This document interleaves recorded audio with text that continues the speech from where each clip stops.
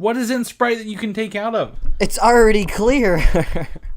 It's not a bird, it's not a plane, it's Superhero Slate. It's a modern podcast where we talk about everything that's great, like movies, TV, superheroes. It's Superhero Slate. Oh yeah. Hello, everyone, and welcome to Superhero Slate, the show where we run down the latest superhero entertainment news. We love TV, movies, and superheroes, so let's talk it all out. My name is Chris Dillard. And my name's Mike Royer. And this week, a better Death of Superman gets a trailer. Oh, okay. All if right. you say so. We'll talk about that. We check to see what TV shows got the axe this week, Mike. Mm-hmm. Most of them.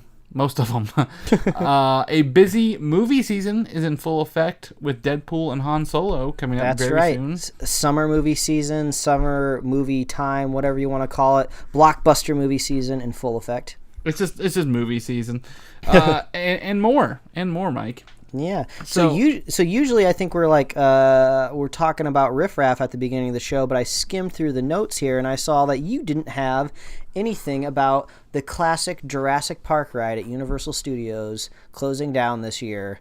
So I thought I would bring that up because I'm not sentimental for that ride at all because it is garbage. And you should not feel bad about that ride being updated to a Jurassic World ride because we've been to Universal Studios with an amusement park savant. He's our friend named Max, and he knows everything about all the amusement parks out there in the world.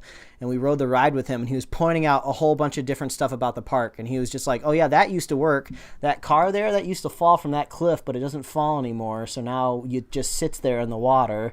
And then you see these dinosaurs with foam kind of hanging off them a little bit. And I guess there's rumored that a lot of animatronics in theme parks have backup movements that they can do if something breaks or if they have limited motion. So they have these A positions where they do all of these cool stuff and these B positions where it's all muted. Apparently all the dinosaurs are on the B positions now. So I am saying sayonara to that shitty ride and I'm glad it's gone. It might have been fun when it first got invented, but it is so old. So that's my riffraff for the week. I'm just glad that ride's gone. Is that the one? That's not the one near you. Is that the one in Florida? No, that's the one near me. I think I've been to neither, so I can't. That's why I didn't put it in. I have no actual base for this, so I'm it doesn't mean anything to me. And I have no experience with the one in Florida, but I feel like I've seen lots of commercials growing up as a kid talking about the Jurassic Park ride specifically in Florida. And I feel like it's the exact same, not ride, but same property, same time era. I think both of them probably are around Jurassic Park 1 or at least Jurassic Park 2 Lost World. I haven't seen any references to a talking velociraptor in any of these rides. So, yeah, I'm glad to see it gone. It's theme park rides. I think it's okay to just ditch them and throw them out and update them because they're supposed to be thrilling and fun. I don't really get any nostalgia out of just old broke ass rides. Yeah, well, I mean, you gotta loop some stuff in and out of there. I mean, that's without Jurassic World, being as big as it was a couple years ago. Why even still have it? I mean, there's. I wouldn't say cooler things, but at least Disney was like, we're going to go all in on Avatar World. Something nobody asked for, but here it is. But, here's a full experience at this with floating rocks and special, food and drink stuff, a whole thing. So I learned recently that they go all out with animatronics in Disney World. Of course, firsthand because you went there. But that one that they're super famous for in that Pandora world of that Navi that's super articulate and can move and flow and it looks realistic. Yeah. Apparently that thing's built on wheels, and if it breaks down, they literally roll it out and they roll a backup in that does the exact same thing. So they're not only do they have one of these world famous super high tech robot things that looks like it's real, but they made two of them for a backup. So I was like, damn, Disney, no wonder your tickets are so expensive. Well, of the time I was at Disney, nothing was out of order or you can't go here. except for like the whole section of the park where they're building Star Wars World. Yeah, they know what they're doing. Yeah, they know how to run a park. You're not exactly going to find like the most thrilling roller coasters on the planet at a Disney park, but they make sure all the I's are dotted, all the T's are crossed, and it's the illusion of perfection. Yeah, I don't know how we got on this, but you were talking about how we have no riffraff. I have literally been going full steam for like the past week, and I have like another week of full steam in this. Yeah, you've been busy, man. We usually keep up throughout the week with little news stories, and you've been you've been ghosting me a little bit, so we're gonna do a lot of catching up here today. We are. It wasn't on purpose. I mean, we had a death in the family, and I had to go out of town for that, and you know, kind of, I think it's Mother's Day weekend, so if you're listening and you're our moms, happy Mother's Day. Or yes, maybe any moms listening out there who listen to our show. Oh, that'd be rad. I want a mom super fan on this show that's not our moms. we do, but she's like more our age with a kid. Oh, that's exactly what I want. Oh, well, then we have with Kristen, super fan Kristen. She listens to the show. She tweets at us, Marvel Fan World on Twitter. So. Oh, okay. I never saw past the Twitter handle. I always see like the little Doctor Strange avatar, I believe. Yeah. So she has at least one kid, and I think another on the way. So. Thanks. Heck for yeah! Happy Mother's Day, show. Mother super fans. That's right. On top of that, I will be at Motor City Comic Con next weekend. So me and Mike have to do some logistics after the show to make sure we get you all your stuff, including our first topic of the news, Mike. And we can jump into it if you want. Yeah, let's do it. Okay, so I will be watching Deadpool 2 and then leaving at like 6 a.m. the next day to go to Detroit. Oh man, to spend the weekend up there with a friend of the show, Brian Smith. And you know, we're gonna try to do a spoiler cast and a regular episode that weekend. So we're gonna work this out, Mike, later. But Deadpool 2 is literally this week now. Does it feel like we're in Deadpool territory yet? It's kind of weird because I feel like there's a lot of movies coming out. I was having this reflection the other day, and I know we're going to talk about Infinity War here in a couple topics, but it almost feels like this big weight off my shoulder seeing Infinity War. Like I don't want to say it was a stressful experience waiting for it, but you know, there's so much riding on it.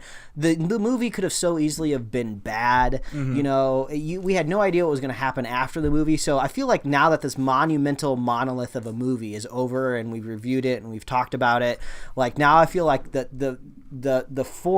my front line of vision is a little bit more clear. I can see Soul a little bit better. I can see Deadpool a little bit better. So now I'm just kind of relaxed into the movie season. So now I'm looking forward to Jurassic World 2.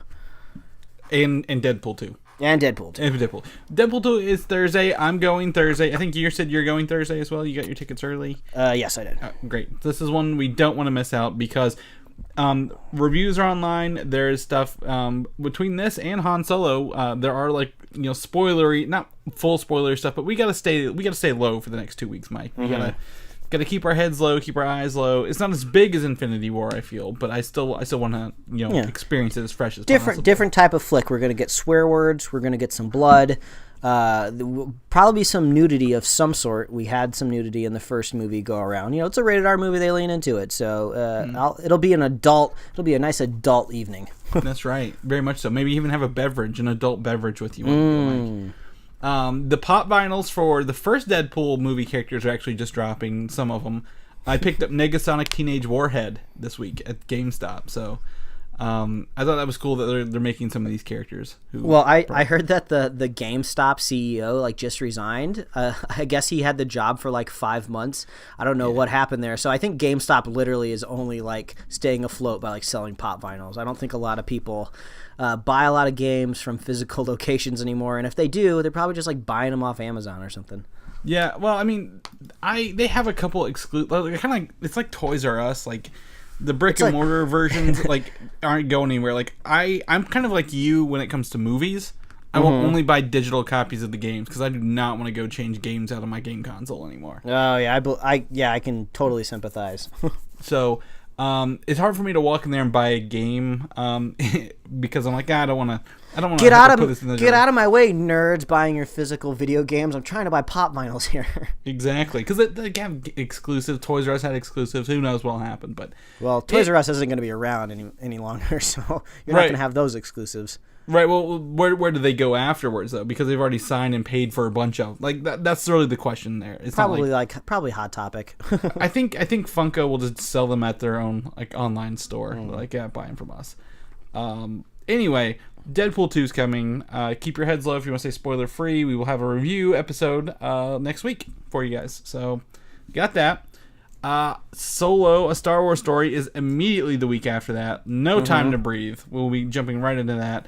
I will be going Thursday night. Mike will not be. So I'm casually going to coast in on a Saturday morning, just fresh out of my restful slumber of a warm bed.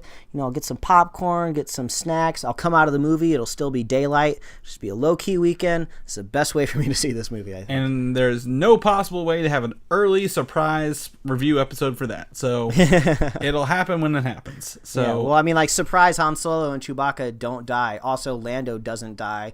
But guess what? The other characters that are new, they're probably gonna die just because, like, you gotta have some stakes in the movie, right? Like, well, I'm just guessing. Yeah, we don't know anything about this. I did early reactions and reviews are out. I've not read a lot of them, so I'm trying to stay fresh on this. But yeah, it's Star Wars. It's gonna be a big deal. It might. Well, we're gonna have to see what movies have legs the rest of this month, Mike, because honestly, I mean, our next topic is going to talk about box office, but do you think Deadpool or Han Solo will have the bigger numbers? I think Deadpool is going to have the bigger numbers, which is surprising since that's a rated R movie and technically harder to sell tickets for because there's an age restriction to it. But at the same time, I think I'm undercutting the Star Wars brand. I think some people were burned on Return of the Jedi, but not as much as probably I think that they were. I still kind of fall in the middle on that movie, so the brand isn't really tarnished for me. I know some people are just like probably throwing away their like life-size pillows of Princess Leia after watching Return of the Jedi, but not me. I'll keep mine. But yeah, for some reason I'm leaning Deadpool. I don't know why. So just I was looking at tickets again last night to maybe purchase some extra for people going with me. I can still buy a lot of Deadpool tickets. I cannot buy hardly any Han Solo tickets in that theater for opening day. So we'll see again which one has legs. We could be totally wrong. This is going to be quite an interesting follow-up on the box office numbers next month. We could be totally wrong, and we're usually totally wrong. At least one of us is totally. You or me. It'll be either one. So we're 50-50 on this one, Mike. I think Han Solo will have it, but that's just because I've seen the ticket sales. I just got done watching Avengers Infinity War before we recorded this show, Mike, and I was very excited because I remembered, oh yeah, this is the week that we can ruin it for people. So yeah, that's right. From this week forward, spoiler alert, if you've not seen it, you probably should go see it. Yeah, the veil has been lifted. I mean, we're about to talk about the box office. It's made so much money. I just can't imagine a subset of people who don't want it spoiled but are also listening to this show for weekly updates on superhero news and TV shows. So, yeah, I don't even want to like say like, oh, it's just going to be light spoilers. It's just like, no, like we're just going to freely talk about the movie just like if we were like hanging out, so if we just walked out of the theater together and we're going to discuss it, this is what it would be like. So yeah, if you've not seen it, there are time codes in the show notes. You can jump ahead to the next one. But don't jump ahead to the next one because I think the next one's Avengers 4, so I'm sure there's going to be spoilers in that topic. Yeah, it'll be fine. It'll be fine. But you can check the show notes if you want to skip around a little bit. On that regard, the news this weekend is Infinity War is the fastest movie to make $500 million domestically. Ooh. And I think it's like closer to $600 million right now. And it is the highest grossing superhero film to date with $1.6 billion made total. And that puts it in the top 5 overall. Can you guess the other 4 movies ahead of it? Okay, I'm going to guess Avatar. Okay. Force Awakens. All right. Jurassic World and Return of the Jedi. Last Jedi? Yeah, Last Jedi. Titanic. Titanic. Got to forget about that dark horse. 1 Star Wars, 1 Jurassic World, 2 James Cameron movies. So, do you think? I don't think. Again, we could be very wrong. I don't think this movie will make $2 billion. Yeah, I don't know. It's hard to say. Like, it's definitely earned a nice chunk of change. It's hit plenty of awards. If you go to its box office mojo type page and you scroll down a little bit, you can start to see the number 1 rankings pop up. So it's definitely doing pretty good. But I feel like it, unlike those other December winter movies, like those movies had no competition. This one's got to run into Deadpool 2 this week. It's got to run into Star Wars.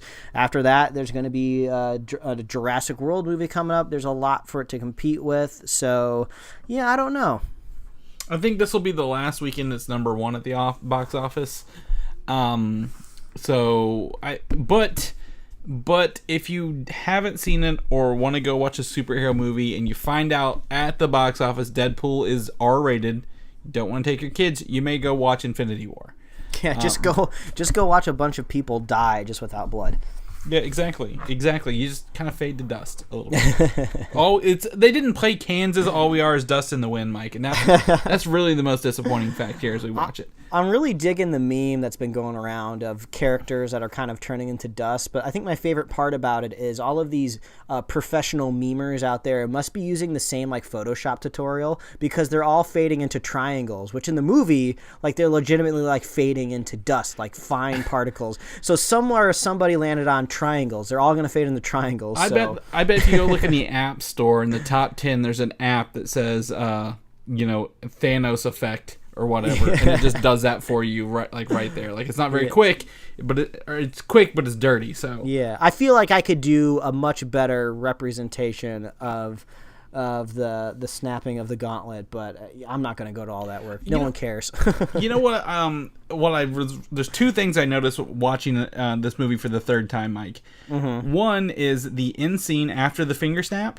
Mm-hmm. No music is played until the end credits. Oh yeah, I love that. It is just there's no sound. It's just dialogue. It's very stressful to not hear that music go with the movie. I think one of the hardest things to watch is watching Cap's face. Like he just doesn't know what to do. It's like one of the few times we've seen Captain America on screen, and he's just like, I have no plan. I have no answers for anybody. This. What do I do? Yeah, like I have no, like it's just weird to see him kind of grappling with like losing that big. Like he's so used to saving the world. And like, yeah, sometimes there's casualties, but now he's just like, it's just like, man, it's weird. Like that gets me more than the Spider-Man scene, just because I just know in no reality is Peter Parker done for, So yeah, but he's when he comes back, he still had to die though. Yeah, that's not easy to come back from death. That's going to be the big question, I think, is eventually when some or all of these characters get brought back, are they going to have memories of dying? Because that would really sit with a character. That's really going to change you as a person. Well, I think this also, the ending kind of brings on one of our fans. Jacob tweeted at us that his dad did not like the movie because the ending wasn't a good ending, a heroic ending.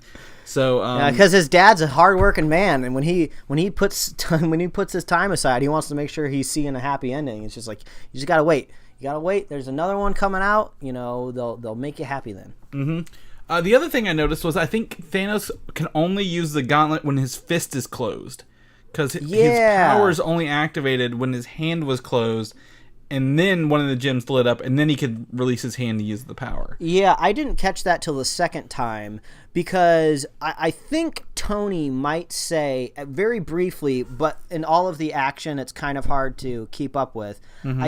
I think he might say, oh, don't let him close his hand, but I thought that was just because, well, you can't take the gauntlet off of his hand if it's closed. Like, you physically, you can't do that. But then Tony kind of shoots that weird bit of armor onto his hand that keeps it opened, and then I noticed he wasn't using any of the powers there, so I was like, oh yeah, you gotta close it to use it, at least. Maybe that was like a back-end firmware update that the troll on the star put in there. It's like, okay, he's super powerful and he can kill everybody, but he's got to close the hand, so just keep him from doing that, you'll be all right. Yeah, imagine like the gauntlet. We don't know, it's like a very mystical gauntlet thing, but maybe it's like a circuit. He has to complete the circuit when he closes the hand to activate one of the gems. Yeah, if you wanted to get a little bit more techie with it, that could be it. Because we don't know how it's going to go forward, but it's just interesting to see that and like those little details, because it's throughout the whole movie he does that as well. One of the big questions that I have that is very mechanical, like we talked about in our spoiler cast, we think one of our heroes is going to get a hold of the gauntlet and use it for their own purposes, right? Mm-hmm. That may or may not happen, but it seems logical, and that does kind of happen in the Infinity Gauntlet comic book. Adam Warlock puts it on. I think maybe somebody else might put it on. A Nebula. Yeah, somebody else puts it on, so maybe Nebula gets it on again. But I'm curious how they're going to handle that movie effect on screen, because that's a big-ass gauntlet. Like, literally, Captain America can't even get a whole hand around each finger. So if a normal human-sized person puts on the glove, does it just magically shrink to fit their hand? I bet it's the Hulk. Oh, maybe. Yeah, he's really the only person that could really fit in the glove. He also kind of needs a redemption arc. Like, what if you get a Hulk who's like, yeah, I don't want to punch, I don't want to smash anymore, I want to be the hero. And we need you to put your hand in there, Hulk. I could see the Hulk being the person that physically has to snap it, but I feel like the drive wouldn't necessarily come from him. Like, I feel like it would be like Tony or Captain America's plan to say, hey, you have to put the glove on, you're the only one that can fit it. And then he might be kind of nervous, like, oh geez, I don't know if I should wield that kind of power. The Hulk's really unpredictable. It's like, no, we trust you, we'll clear a path, we'll get you to it, we'll get the gauntlet. So I feel like, he might physically be doing the snapping, but I feel like all of the heroicness around it will be shared amongst the group. They're gonna hold hands and look at each other and do a dance off. But it's hard for me to imagine like any sort of like, oh, I just had it. This makes sense. How do you make something bigger, smaller? In the Marvel Cinematic Universe, you bring in a Pym particle, and he wasn't in Infinity War, but he'll probably be in the next part. That would be kind of cool. Like maybe they discuss a plan, kind of like how you discuss possibly like a heist in a movie, but you don't tell the audience. So all of a sudden you start to see it unfolding in front of you, and they finally get the gauntlet, and you're just like, well, how is he supposed to put it on? And then you see like Ant-Man or the Wasp from off screen like throw one of those little discs, and then it shrinks real quick. That would be cool. That would be really nifty. Or Ant-Man could grow.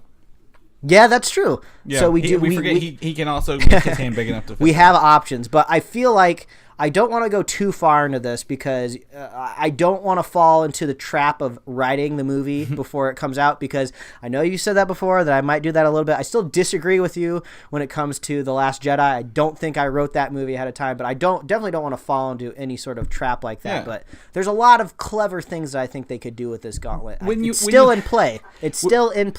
When you have all these Avengers and all these power sets, literally anything is possible. They could even forge a new one if they wanted to go back to Nidavellir. So, they could. Maybe there's a bunch of them. A fun size gauntlet. Yeah. So, I don't know. It's fun to talk about Infinity War a little more open now. But watching that movie for the third time, I think I'm going to go for the fourth on Tuesday with someone who's not seen it yet. So, ooh, that'll be fun. Get to experience it with them.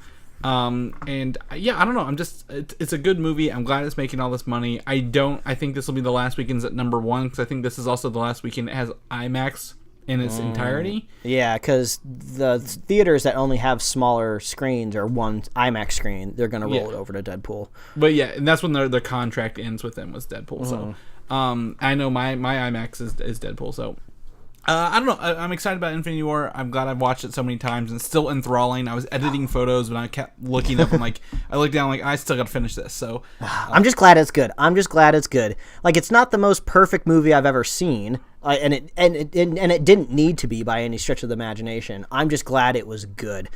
Such a nice weight off my shoulders. And I'm glad, to me, again, after watching it so many times, it still stands alone. Like, I'm not waiting, with bated breath at the end of it, like, what happens next? Like, I'm curious, but I'm like, I don't need to, I wished it was here, but I don't need it here right now, the second half. So, I saw a poll online earlier that someone was ranking their favorite Marvel movies, and this was, again, since it just came out, beating everyone else by a mile.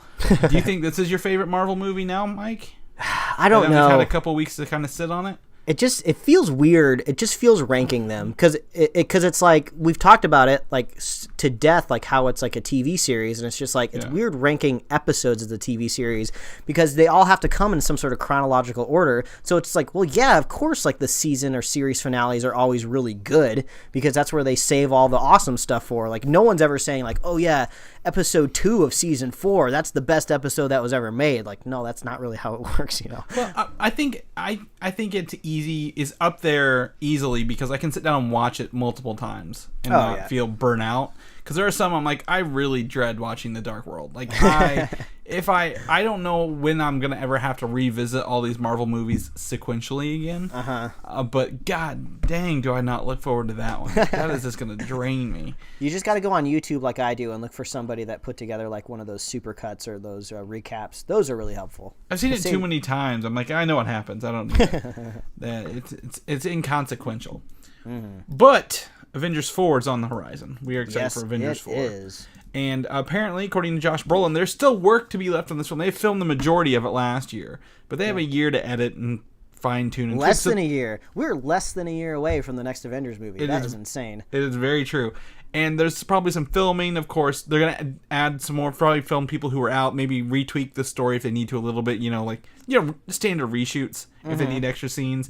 Editing, but they have a whole year to do this. So that's really cool. And since they're not going to San Diego, I don't think we're going to get a title for a minute, man. I just don't know when we're going to find out what it's called. Yeah, I think the title is the only logistical thing that I think we'll see at any near date. Like I read like the same little bit of quote of when they were talking about the movie. Yeah, they said they find the movie in 3 different places, in the writing, in the filming, and in the editing. They haven't touched the editing yet. So they were just like, yeah, you're not going to see a trailer anytime soon. So I don't know what reporter thought they could get like a trailer release date out of them, like when they're still trying to cut the movie together. It's like, the first one's still in theaters. Like, come on, pump the brakes. We just want to know what the next one's called. But I don't know if they definitively said it or just the reporter was just taking a really strong stance that we wouldn't be seeing the trailer in front of Venom. So I guess that's possibly a timeline that like you're not going to see it by like October because Venom's October, right? But I think all the Marvel trailers come out in October. Like all their May trailers come out in October if you do like a quick Google search. Yeah. So maybe it fits the window, but I mean they could just. Like we don't have that ability to say what that is yet because Disney is handling the marketing. Yeah, well, we don't have a Marvel movie at the end of this year really, except for Spider-Man Into the Spider-Verse, which I don't think really synergizes with the Avengers movies, especially since they're 2 totally different mediums. So yeah, if Venom's on October 5th.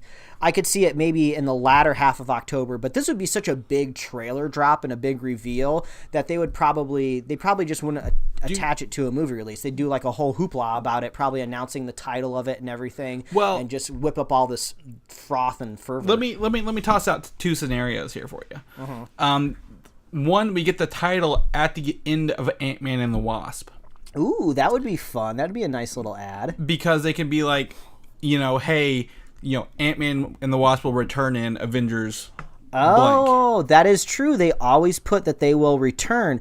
Have we ever seen an example where that says so and so will return? Nothing else. Guardians of the Galaxy. Well, they've said nothing else in a couple of them, but like, is it Thanos will return? But like Guardians of the Galaxy will return in Guardians of the Galaxy Volume 2 or something like that. That would be would be a nice little value add, but also I feel like it also might undercut the movie a little bit because you would want all the news coming out of Ant-Man and the Wasp being about how good or fun and how entertaining the movie is, but I feel like all of the top headlines will be the next title of the Avengers movie, but I don't know. Maybe that'll all work together. But the end credit scene could also tie into that because then you got to go see the movie. You got to go see it for the end credits. The only modern movie we have is this one that would tie into it. The other one's set in the 90s, so that would be a good synergy to release the title without having an event and do something else. But what if Sony paid Marvel like, hey, look, we don't think Venom may do so well, can we release this trailer the same week as it? Can you think you can do that so we can have it with us? We don't have to say it's tied to it, but like if you release it on the Monday so we have it by the Thursday. Yeah, either way it sounds like we're probably not going to find out until at least Ant-Man and the Wasp. If we don't see it Ant-Man and the Wasp, I would imagine the title reveal could possibly come with the trailer reveal. That would be kind of cool to see the title of the next movie like dropped at the end. But at the same time, Kevin Feige says the title's not as important as we're whipping it up to be. So do you think you can release a trailer without someone leaking that though? Like two movies. Yeah, that's true. With that. Yeah, you got to tag so many digital video uploads with like names and stuff. That would leak so easily because you don't have to get a copy of it to leak it. You literally just repeat the phrase like Rumpelstiltskin. That's all you got to do. You just got to vocalize it. So, yeah, maybe Ant-Man and the Wasp might do it. Yeah, that's what I'm hoping for, but we'll knock on wood. We'll get it when we get it, man. We can't predict this stuff. Exactly. Are you familiar with the character Miss Marvel in the comic books? Yeah, Miss Marvel, she is the Kamala, isn't that her name? Yeah, Kamala Khan. Yeah. Captain Marvel used to go by Miss Marvel for several years before she regained the Captain Marvel name and wore like less skimpy outfits. And then an Inhuman by the name Kamala Khan, she has a power to grow, or I think embiggen herself, I think is the word she uses. Yeah, it's kind of like Mr. Fantastic a little bit. Like sometimes it's stretched, sometimes it's almost like Giant Man mixed with Mr. Fantastic. I feel like a stretch light, I guess. But apparently, Marvel, according to Kevin Feige, has plans for this character in the MCU down the road. Oh, that would be so awesome. She's such a cool character where she's like struggling with her identity and her family. It feels very grounded. It has a kind of like a very Spider-Man-esque feel to it, where like the whole world isn't on her shoulders. She's just trying to deal with herself.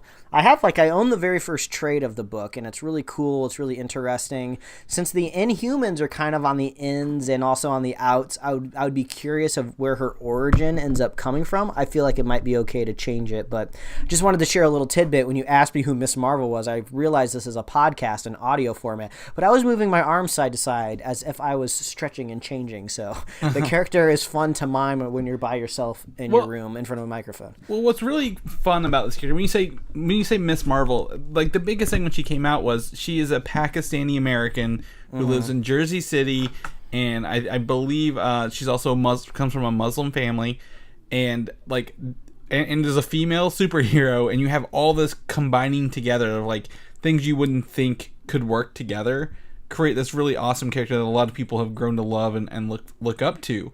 And the last thing when I think of Inhumans, actually she is the last Inhuman I think of. Yeah, well that's good for her origin then. She is not defined by terrigenesis. Like she comes from a family and was transformed, on accident. Not that she lived on, in the Inhuman city of Abilene. Yeah, she ain't from the moon. But I think the coolest thing, or one of the cool things about her, she's also a Captain Marvel fangirl. So since you'll already have Captain Marvel established as a character, that kind of works well into her story. Yeah, exactly. They find a way to make it work. So I'm down for it. I'm down to clown, Chris. Yep, put her in that Captain Marvel sequel, which we're definitely going to get. So do that. Fox acquisition. This is some news that came out this week, and it's all hearsay, rumors, blah, blah, blah. The rumor is Comcast is going to make a large cash bid to upset the Disney purchase of Fox Studios. Look, man, Disney, like we talked about, I think this is like one of the few things we talked about this week, and that Disney is by far the safest bet to give you your money back. If you're making a $52 billion purchase, Disney's going to give you your money. Yeah, and I'm no corporate hostile takeover type of guy. It's not like I know the legalese of these type of things, but like this says Comcast wants to make a large cash bid, but I believe most of the time when these mergers happen, you're not just transferring cash over the wire. I think also like stocks exchange and possibly like maybe jobs carry over. So I would think maybe you'd want that Disney stock over just Comcast cash. And plus Comcast is like the most hated company like in the whole country, possibly on the whole planet. I don't know. If Comcast was in another country, people would hate them there too because they're just awful. Nobody likes them. They're just they're a localized monopoly, and I don't want to keep ranting, but I hate Comcast. I'm glad I don't have to put up with them. But yeah, I don't want Comcast owning my mutants. Let them go to Disney. Like I don't want any of these giant corporations as much as anybody else does. But if it has to be one of these two, Disney by a mile. Well, so here's the thing. I mean, this is all over a billion IPs here and properties. I think there's a clause in this that if somebody else buys Fox, Marvel stuff does not transfer with them. So they would get them back regardless. But Disney doesn't want just the superheroes. That's not what they're worried about, Mike. That'll get them money in the long run, but there's a ton of stuff here. Apparently, Comcast only wants Sky, which is a European broadcasting company, valued at $100 billion. Right now, when this goes through, Fox will own 100% of Sky, and Disney would then own that, which they also want as well. So if this is, this to be, again, rumors are to be believed, Disney would drop the Sky portion and drop some money off of this bid to let Comcast have Sky so they could complete the rest of it and add the Fox Studios to their library back catalog, so on and so forth. Yeah, what is it called when you like buy like a broken down house and you remodel it and resell it? A flipper? Yeah. Is Disney just gonna like flip Sky? Like, oh no, we're gonna buy it. We're gonna flip it to you though. We're gonna sell it to you at a That's what they should do. Just like stick it to Comcast because I hate them. Make them pay more for it if they want it. Well, don't give it to them on the cheap.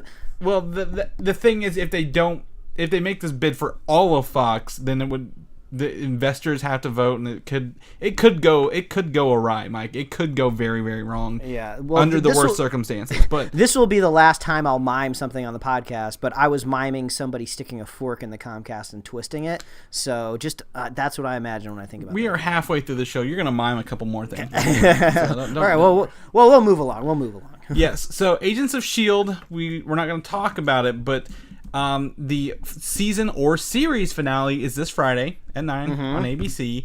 But this is the last show still undecided by ABC. ABC said every other show but S.H.I.E.L.D. What are they doing to us, man? So I'm not 100% caught up. I didn't watch this week's episode, but I did watch the last episode before that. And like you said, we won't really spoil anything quite yet. I think we want to talk about this more in culmination, either next week or the week after, depending on how schedules work out. Kind of do a Agents of S.H.I.E.L.D. retrospective or a look forward, hopefully, because I'd like to see another season. But General Talbot is back in a capacity. He's been back for a little, yeah. He's come back big this season, and he's kind of transformed a little bit in this last episode or two. And I've really been digging it. Like, he's been really cool. Like, I'd almost like to see him on the big screen the way he's kind of taken up of a mantle. And I was like, I've been digging it. It's been weird. Yeah. You know, they made a reference to Thanos a little bit, which I wasn't expecting to see, and it's kind of interesting to see how the motivations of some of the villains have changed based on like this big villain coming to town. They're kind of like seeing him as a big distraction, and they're just kind of do their own thing before the world gets destroyed. So yeah, I'm really curious where this is going to go. You know, since we can finally talk about Infinity War spoilers, you know, if half the world dies, what does Agents of S.H.I.E.L.D. do? Like, do they just go forward and live the next season in like a dilapidated Earth? Like, some of the Agents of S.H.I.E.L.D., some of the agents would statistically have to die, so that would kind of suck for them not to be on the show for a week. I don't know. Well, this show has dealt with an alternate future already, Mike, where the world has been split in half. There's all sorts of ways they can go, but I think they would acknowledge it. And it also depends on when does Infinity War Part 2 or Avengers 4, whatever you want to call it, take place. Since all these other shows are kind of before Infinity War, if Infinity War 2 takes place like a week after, because watching Infinity War for the third time, it's all like one long weekend. Like, everyone is just gone for like 2 days. Like, yeah, that's true. All this is. And yeah, Infinity War Part 4. Avengers 4. Avengers 4 it could just be like the next couple days. So what I've seen a lot of TV shows do sometimes when they want a condensed timeline and not worry too much about that, like, they could write an entire story that takes place over one day or 2 or 3 days. So they could fit a whole season into just like one timeline. There's lots of logistics to go on there, and sometimes stories get a little stale when you kind of have to organize it that way. But it could be really fun for Agents of S.H.I.E.L.D. if they do that. Or who knows, maybe they'll just go into like some sort of time warp and just go to another dimension. I don't know. This season has been very much a deal with time. It's a cyclical cycle, pretty much, and trying to deal with that. And I really enjoy their approach to it. It's very different than the other seasons. I think that's what keeps it fresh. But we don't know what's going on with the show beyond Friday, and it's very weird that it is the last one. But there is some rumors that it may be ending, but leading into a new show called New Warriors. New Warriors has had no word since last November when Freeform passed on it. It has to be shopped to a Disney-owned network, which would be ABC, possibly Fox, if they want to wait till next year, but I think they're shooting for this year, or the Disney streaming service. ABC could pick this up and make it, like, this could somehow tie into New Warriors from S.H.I.E.L.D.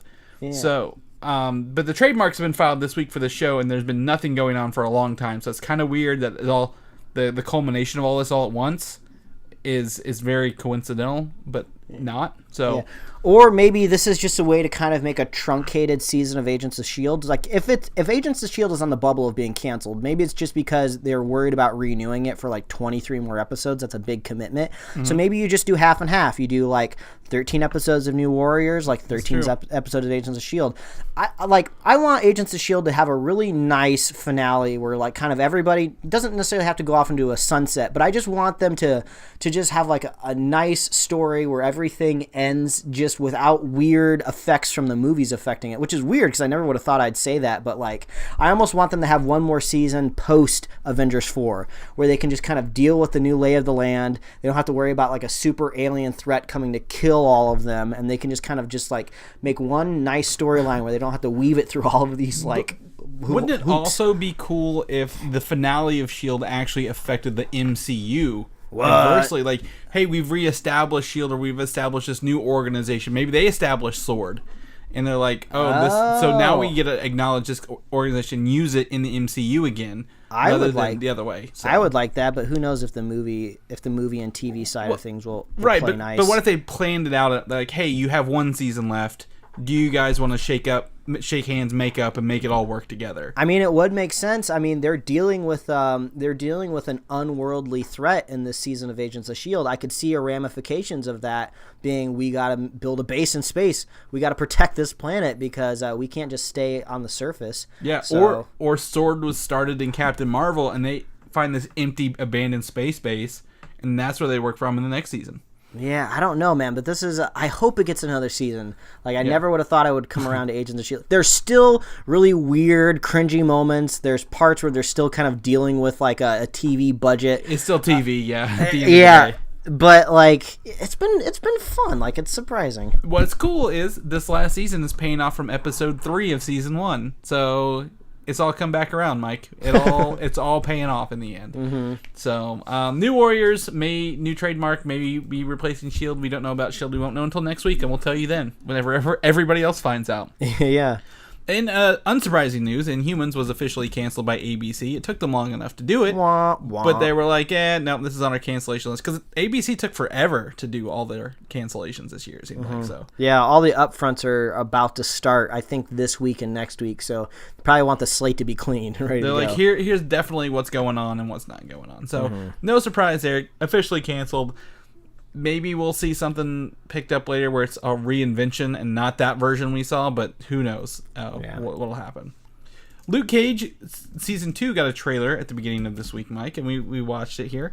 I keep forgetting this is the next one because it takes place in June? Is that right?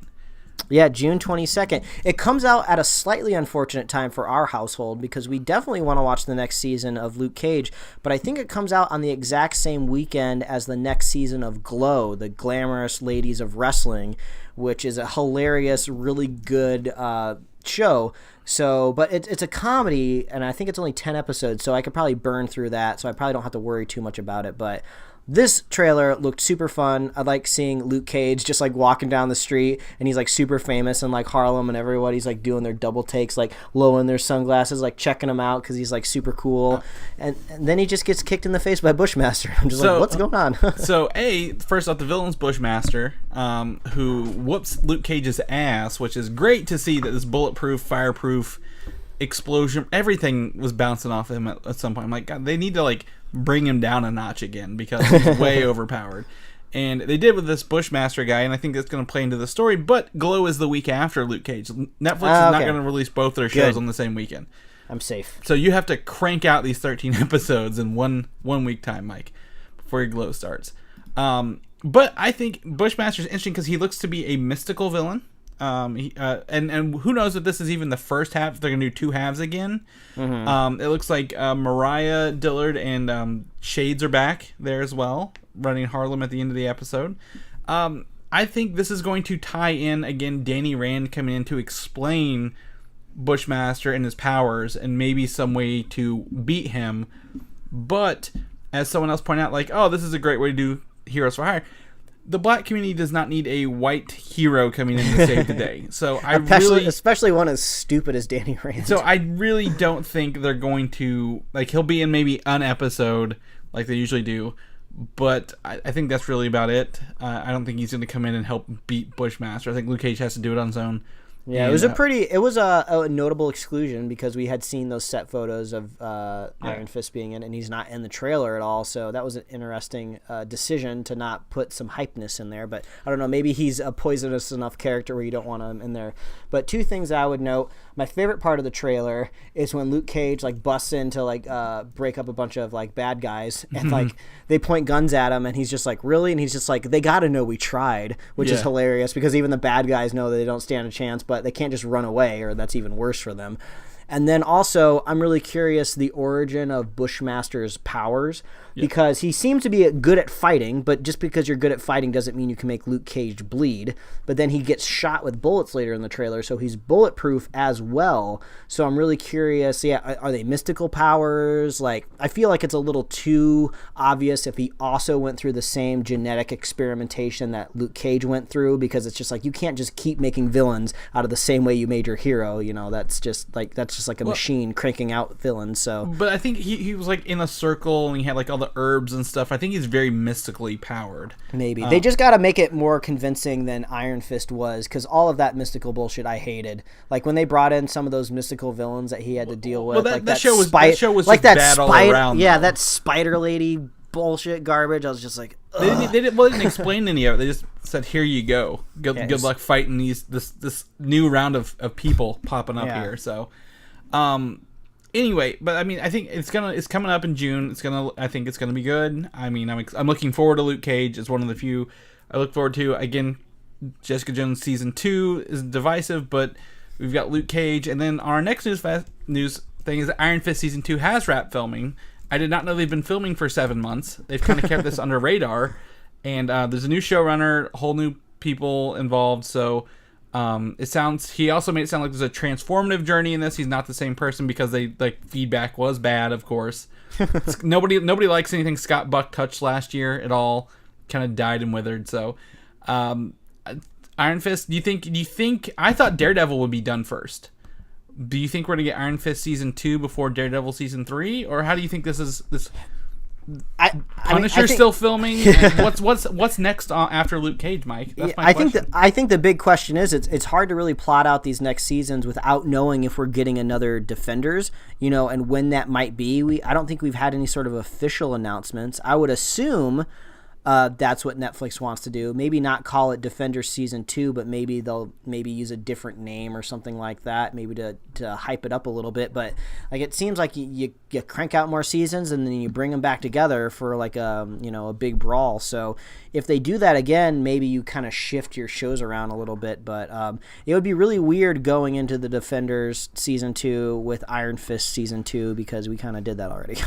Yeah, I mean, I don't think no one has announced a Defender season 2. I don't even know if we will. Kristen Ritter didn't sound very confident in it. But which one would you pick to go after Luke Cage? Would you go Iron Fist because he showed up in Luke Cage, or do you want to go ahead and get Daredevil out of the way because you miss him, or do you want Punisher again because it's about a year after the Punisher? I think you bring Daredevil back. We do the next season of Daredevil. Then do Iron Fist, and then if it sucks, we can wash that out of our mouths with another season of The Punisher, because that's awesome. Okay, all right, I'm down with this. So there we go.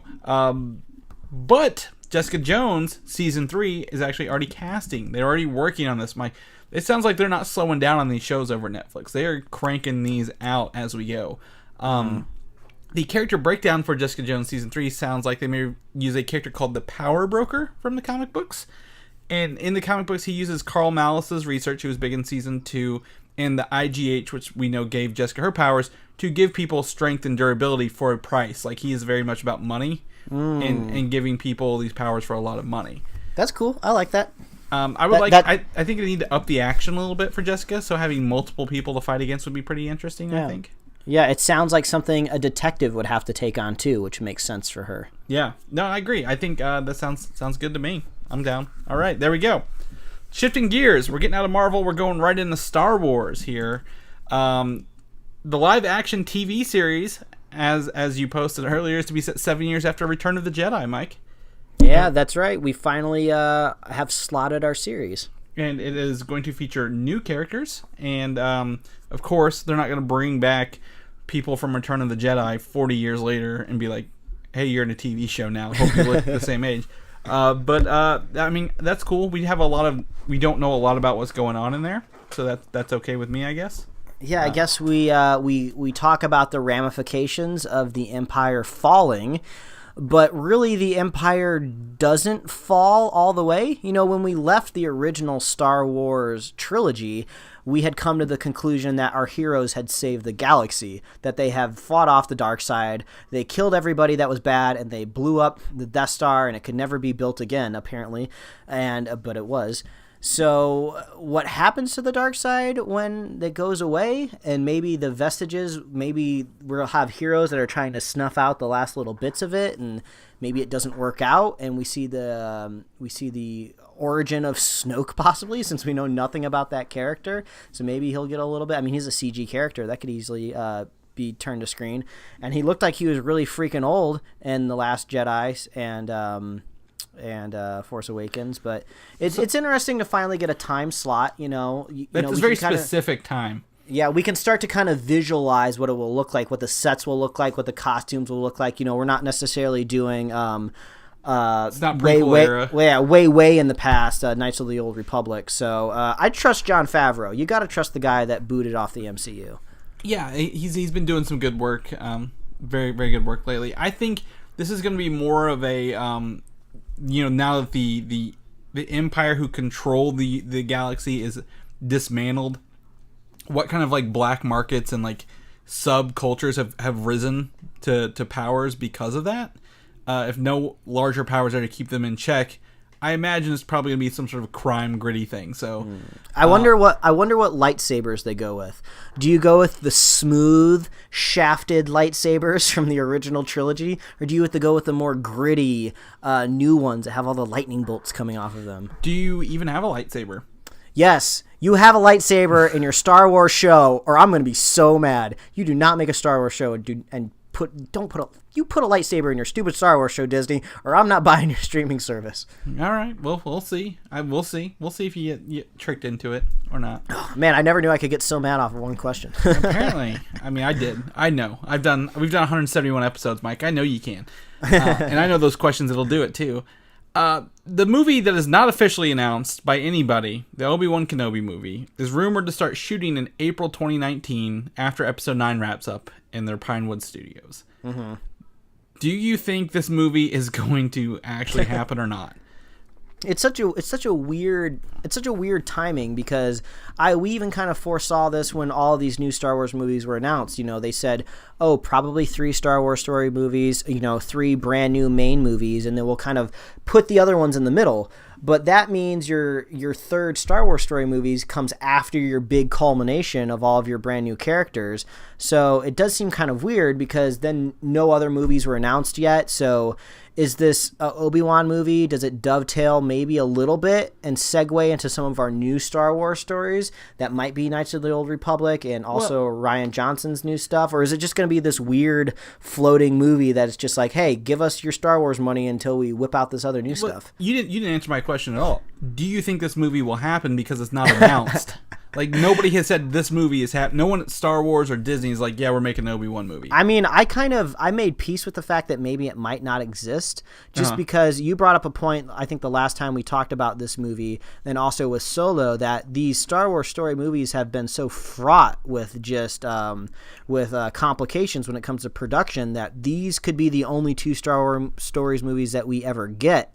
And then in the future, 20, 30 years down the line, we'll talk about those really weird Star Wars movies that came out that one time that didn't really work. But it almost kind of feels like not anywhere near as bad as these movies, but it almost kind of feels like Wolverine Origins and like First Class. Like First Class was kind of supposed to be Magneto Origins, like these weird standoff X-Men movies that weren't really anything but kind of built up to more movies. So who knows? I still kind of want to see it. I want to see Ewan McGregor come back. He's cool. Well, I think it's great. I think if it does, and it comes out after Episode 9 will reveal that maybe Rey is from the Obi-Wan Kenobi family.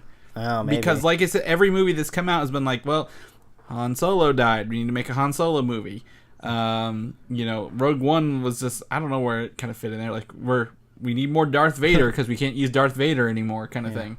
But at the end of the day, you still need to always continue to tell me when I'm not answering your questions. I do, because you were going on like it was. I'm like, no one's ever said this movie's going on, but everyone keeps talking like it is. I'm like, it is your job at the end of the day to keep me from ranting, because I just scrolled through our notes here, and I don't know if it's just all the bullet points under all of these CW shows, but we got a lot of shit to talk about. We got a lot of stuff to talk about. This is kind of more of a PSA here to shift gears a little bit. Incredibles 2 tickets are now on sale, Mike, and they have 5 p.m. showings. There's no 6 or 7. They're at 5, which you know what that means, right? What does that mean? Matinee prices for the first showing. Heck yeah. All I want to do is beat the kids to the theater, because that's always the balance with Pixar movies. Like, really, the adults want to go and have a good time. You can take your kids whenever, because they don't keep up with any of this stuff. They don't remember it. Yeah. Like, I just want to see it in a movie theater without kids in it. So yeah. So 5 p.m. showings. I looked online and I was like, oh, there they are. We got 5 p.m. showings. We're the first people to get our tickets in that one as well. And it was $20 for 2 of us to an IMAX showing. So I was like, well, that's a hell of a deal. So jumped on that. Rick and Morty has been renewed for 70 more episodes, and I have no idea how many seasons that is. Hell yeah. So the seasons have usually been like 10 episodes, so this could theoretically be 7 more seasons, but then I guess Dan Harmon was quoted somewhere down the line saying that he could imagine 13 episode seasons, so this could be possibly 5 seasons ordered. Either way, that's a lot to order, and I believe it's because they had all of the bargaining power. Like, the show is like a powerhouse for like one of the most like profitable advertising demographics. The IP is just steamrolls everything else around it. They make so much money off of merchandise and stuff. It's like, this is like what you need when you make an animated show. They want to hit all of these different like verticals for like selling merchandise and stuff, because that's really what makes this stuff profitable. But it's awesome. It's super cool for all the people that work on the show, because they know that they have at least some solid work history coming forward. Do you think, knowing that the last season was 13 and it was reduced to 11 because Dan Harmon couldn't get the work done, do you think the 70 episode commitment will continue from him as well? And I at the end of the day, I think I trust Justin Roiland more than I trust Dan Harmon, even though I love Dan Harmon. I love Community. I love the stuff that he puts out, even though he's kind of like seems like a little bit of a broken human being down at his very core, but he knows how to tell a story. So it's kind of a weird scenario there where you have these 2 co-creators, like one you feel like you can trust, but one you feel like has kind of the really good meaty stories that'll just make you laugh. But maybe now, knowing that they're going to be around for 5 to 7 more years, maybe they can kind of plan a little bit better, They kind of can see the runway in front of them a little clearer, and they can just manage time better. Hire a couple more assistants if you need to get this done. But I follow Dan Harmon on social media, and he's trying to get his life together. He live streams himself on the treadmill and the Stairmaster quite a bit, and he puts a green screen behind him when he does that, so people can download it and just put him in space and stuff. It's really weird. But yeah, this is good news. Is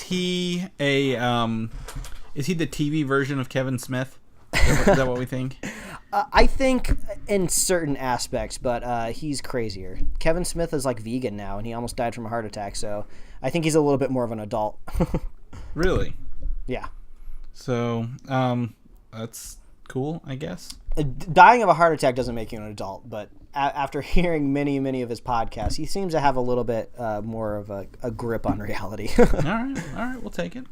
In a string of cancellation news here, we're going to go through these. The Greatest American Hero reboot from that TV show from the 80s that no one remembers. Oh, gosh. It's not moving forward. It's not happening, so we don't. That's fine, because I had nothing to say about it anyway. Yep, exactly. So if you had your hopes up for that, coming back, they're dashed. They're just gone. Lucifer, the TV show that has gone on 2 more seasons than I thought it would, even though I really enjoyed the first season, I have to be honest, was canceled after season 3, and it apparently ends on a cliffhanger because I just told them, because season 3 is coming up on an end. But this is one of the shows that could be saved by DC Universe. Now, my feelings are shows being saved by other networks and platforms. I think that's stupid as hell.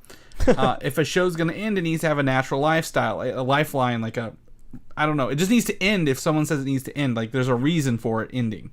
Don't drag it on. Don't keep reviving it and bringing it back to life on other systems. because it just kind of sucks. We're going through this Roseanne revival. I see commercials for Roseanne all the time. Well, they're bringing back the conservative Last Man Standing, but not on Fox, but on something else, or not on ABC, but on Fox for season 7. I'm like, how long has it been off the air? Like, it doesn't need to come back, I guess.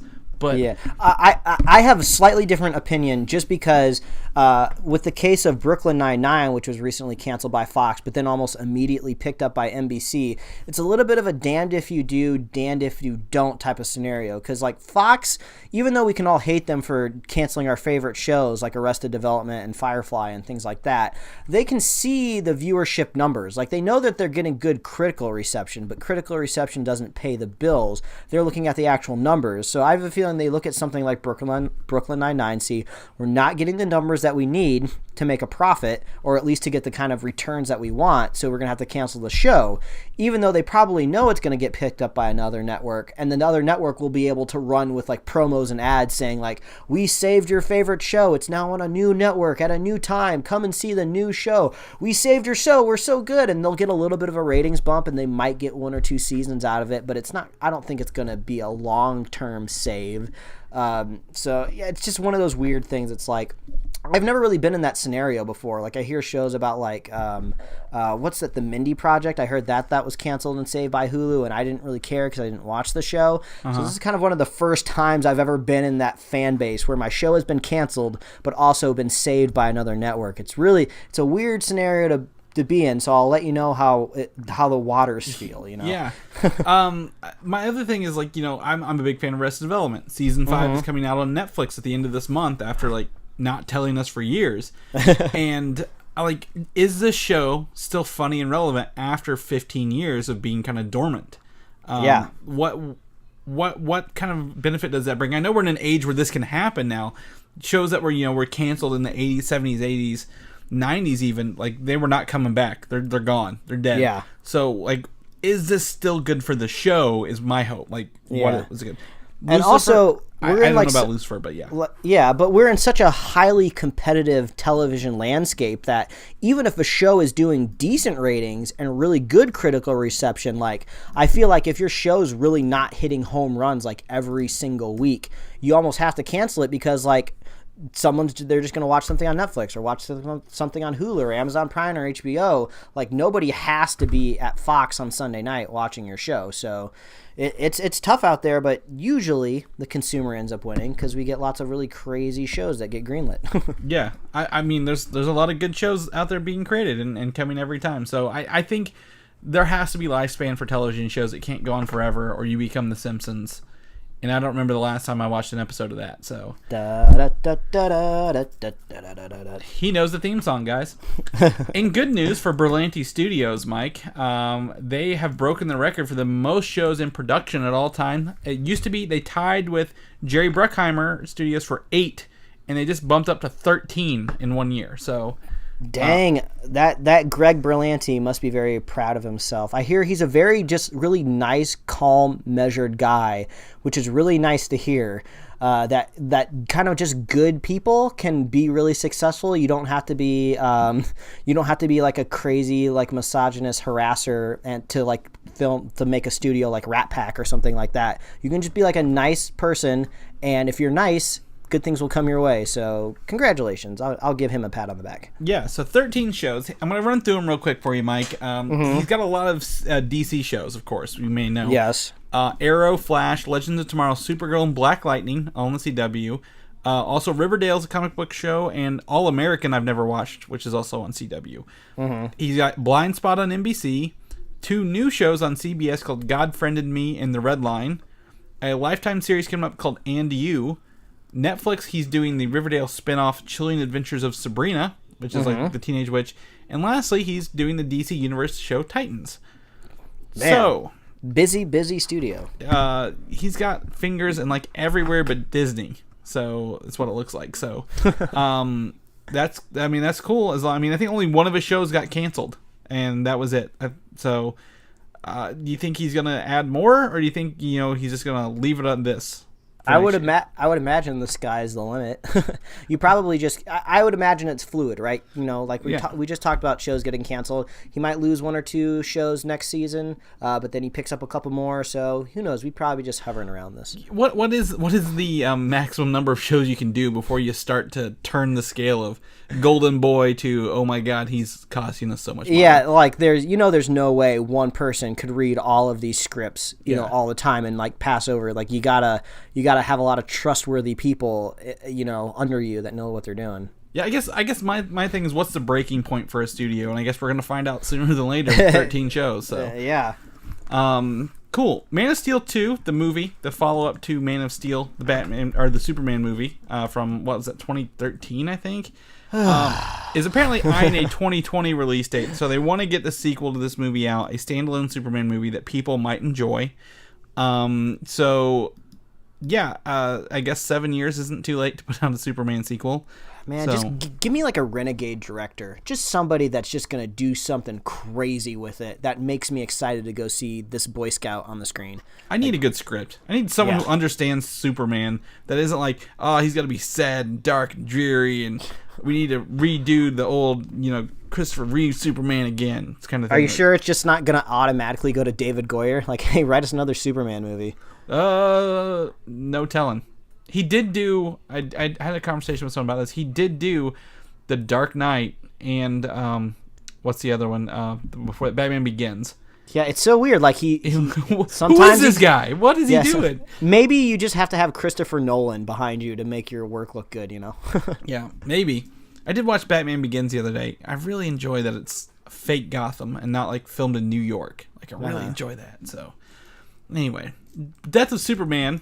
Not the comic book and not Batman v Superman, but Death of Superman, the animated movie based on the comic book from the 90s that ruined the comic book industry almost, got a trailer, and I say it's better than the Batman v Superman. That's what I was going for, Mike, at the top of the show. So it looks to be another, I guess, solid staple in the DC animated universe. Maybe something you can watch on the DC. It said a DC Universe film, didn't it? Yeah, it did. So you think it'll be on the streaming service as well? Oh, yeah, for sure. I think that's probably what they're going to do now moving forward with their animated movies. You know, they must be doing fairly well, you know, if they can keep cranking them out. The budgets must really reflect pretty well with their turnover. So, like, yeah, might as well throw them up there on their DC streaming app. They got to add value to it somehow because it's not like DC is out there buying, like, a whole studio and reaping their whole catalog and throwing it onto their streaming service, you know? Yeah, well, I mean, this whole trailer was for the home release too, so it's cool that they're still releasing it for home.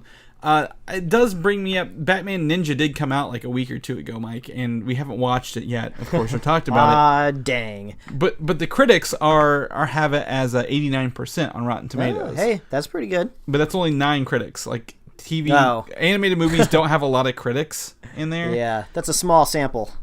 Yeah, so they say The Dark Knight kicks ass in a bold new setting. It's like the underlying theme. So we might have to check this out, Mike, now that it's out and for us to watch and see what it is. I skipped Flashpoint. I need to go backwards, actually. Did you do that on purpose, though? No, I didn't. Because it's Flashpoint? Oh. No, I didn't. It was actually an accident because I'm like, what the hell else do we have? Flashpoint, the movie... is actually rumored to actually not reset the universe now. Oh, you know what the best part about this news is that you just totally axed G.I. Joe from the very end of our show notes. You're just like, we're not talking about that garbage. We're gonna talk about Flashpoint and the Predator at the end of the show. So that a little behind the baseball, or how the sausage is made, or what do you call it? How the baseball is made? I don't know. Yes, I don't know. Inside baseball, how the sausage is made. There you go. Okay, there Flashpoint. Anyway, now you got to know that we delete stuff from our show notes when I deem it's not worthy to tag on the end because that was something we had earlier in the week. But do you think Flashpoint does need to reset the DC universe, or do you think this new president, Hamada, just wants to go forward and not worry about retconning because it will confuse the average moviegoer? Like, should we watch Man of Steel or not, kind of thing? Oh God, I don't even know. I don't even know. Like, I don't even know if you're an executive. I think if you're an executive at Warner Brothers, you only have one path moving forward. It's not trying to be really artful and thoughtful and trying to think of a way to weave these universes together and make something beautiful like Marvel ended up turning out. I think you just have to go super analytical, get all your accountants out and be like, what's going to make us the most money because we're a movie studio and we just want to cash checks. So I think, unfortunately, that's probably not going to serve the greater super nerdy audience the best because we want all of these crossovers and these nice intertwining elegant stories. We want Marvel in our DC. Yeah, that's what we want. I don't think that's ever what we're going to get now since it's been such a failure to launch. So I think we're just going to... I would think we'll probably just get stuck with a lot of one-off movies that maybe characters cross over every once in a while. Then maybe hopefully 10 years... a dozen years, literally a dozen years in the future, when we can't see some of these crappy, mediocre movies in our past, throw Batman and Superman in a movie again and have them fight. I don't know. We're gonna go back to the question, Mike. This is one of those situations. Do you think they need to reset the DC universe, and do you think the average person, not us, would get it? Well, I think the roundabout way is I think rebooting the universe isn't going to help things. So I don't know. If you reboot it, I think you have to reboot literally everything. So it's just like, are you okay with Henry Cavill not being Superman anymore? So it's an all or nothing approach. Yeah, I think that's what it has to be. I don't think you can do a half measure like X-Men did. Okay. X-Men had at least better films in its register. Yeah, and they did it smart. They didn't do it like right out the gate either. They set up the other universe first, and then merged the timelines, I guess. But this is all part of Ben Affleck. If they don't do Flashpoint with that rebooting in mind, Ben Affleck's going to be out, and they just got to figure out what they're going to do with Batman going forward. So you know what? They have really popular Year One comics. Just make Batman Year One the movie. Make Superman Year One the movie. Just make all of these Year One movies, and then just have them culminate until like a more competent Justice League movie. I think that's what Man of Steel was. It was the first year he was Superman. Well, it sucked, Chris. So was Wonder Woman. Man of Steel's not bad. Man of Steel isn't that bad. No, I don't like it. Yeah, it's okay, but there's worse. I don't like we it. We got a lot worse after that one, so yeah. In retrospect. To tie it all up here, The Predator got a teaser trailer this week, Mike. Did you watch it? I watched it, and after I watched it, I was like, what was I expecting? I've never seen any Predator movie before. None of them, really. I have been meaning to. I think I'll do something along the same lines of what I did for the Alien franchise when all of these crazy Alien movies came out and I couldn't keep track of them. I sat down, I watched the Predator movies so I could understand it. I think I'm going to have to do that here. So well, now I'm sad because they probably have an Alien Predator bundle you could have just bought digitally together and had them all. They probably do, and I probably could have saved a little bit of coin there. But yeah, I watched it and I was like, well, that looks like a Predator. I've seen the Predator before, like the actual character. You get so I was like, that's a Predator. Okay, that's Olivia Munn. She's Psylocke. I've seen her before. That's Keegan-Michael Key. That's cool. He's in the movie. Is he going to be wacky and crazy? I don't know. And I was like, what is going on in this movie? They're talking about assassins, and then the one thing that I can resonate with is maybe not being good, because I feel like this is a stretch that some sci-fi movies do when they run out of ideas, is they say at some point in the movie that the Predator is like upgrading himself to every planet he goes to. Mm-hmm. Like he's trying to gain an edge of like, I don't know if it's some sort of splicing or genetic mutation of the Predator. So I was like, I don't know if I like that idea, but it's hard for me to have an opinion about the Predator. Have you seen the Predator, Chris? Do you have a better opinion than I do? Because mine is... I watched all the Predator movies, including the Alien versus Predator ones. Why am I talking? I'm going to shut up. You say something. It's cool. It's cool. So I am. I'm not precious on the property of the Predator or Aliens, of course. I do enjoy them. I like a new twist on the character, while still like not betraying what the character is.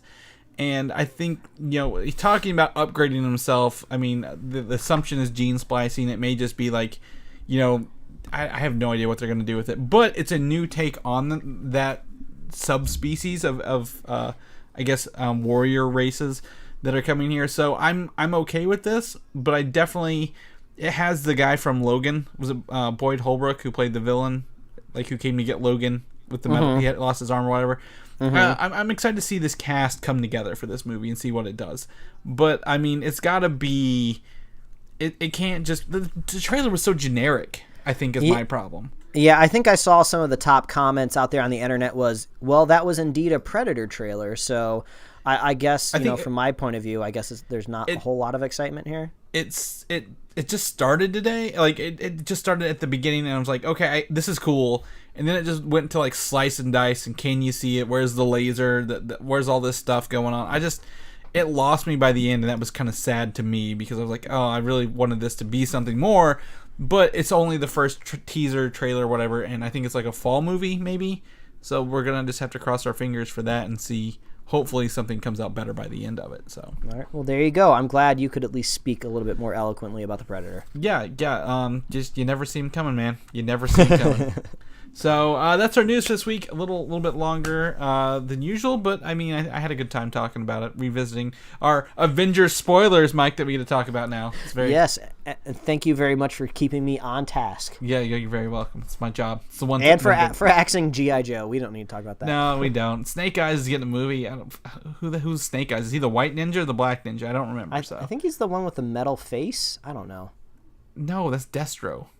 Oh, okay. Act like I'm supposed to know what the G.I. Joes are. I like that you're guessing. Like you're like, yeah, it's the metal guy. No, it's not. But anyway, Mike, if people want to know what you're up to this week, and maybe if we have any good jokes from Deadpool we need to crack over the weekend, where can people find you at? Well, they can find me at Mike Royer Design on Instagram and Twitter, and you can read my webcomics at pickledcomics.com. Chris, people want to follow you, see what you're up to, man. You're going to be at Motor City Comic Con up there in Detroit.